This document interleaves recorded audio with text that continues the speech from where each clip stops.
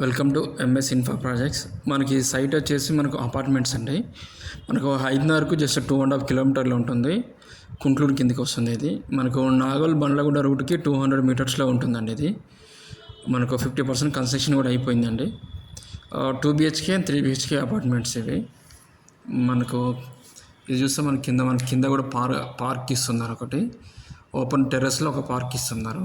మనకు 2 లిఫ్ట్స్ ఇస్తున్నారు, 2 స్టెప్స్ ఇస్తున్నారు. ఇది లిఫ్ట్ కోసం అనేది మనం చూడవచ్చు. మనము మొత్తం రెడ్ బ్రిక్స్ యూజ్ చేస్తున్నామండి.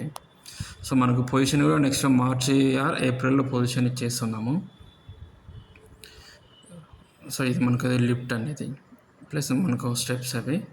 మనం ఇప్పుడు ఈస్ట్ ఫేసింగ్ 3 బిహెచ్కే అపార్ట్మెంట్ చూద్దాము సరే. ఓకే, ఇది ఎంట్రన్స్. ఇది ఈస్ట్ ఫేసింగ్ 1425 ఎస్ఎఫ్టీ అనేది. ఇది హాల్. ఇది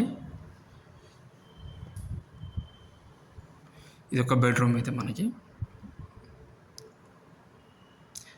సో మనకి ఇది పక్కన కిచెన్ అండి. మనకి క్లోజింగ్ కిచెన్ ఇచ్చాము, ఓపెన్ కిచెన్ కూడా పెట్టుకోవచ్చు మనకు.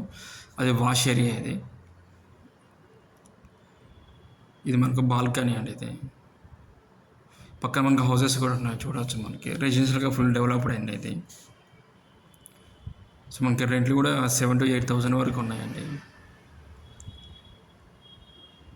సో మనకి ఇది ఒక బెడ్రూమ్. ఇది అటాచ్ బాత్రూమ్ కూడా ఉంటుంది.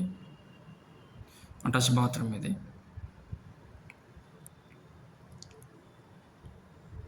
మనకి ఇది ఒకటి వాష్రూమ్ అనేది కామన్ ఏరియా. ఇది ఒక మనకు బెడ్రూమ్. ఇది ఒక బెడ్రూమ్. ఇది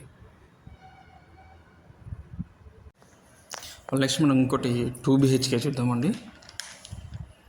ఇది ఒకటి హాల్.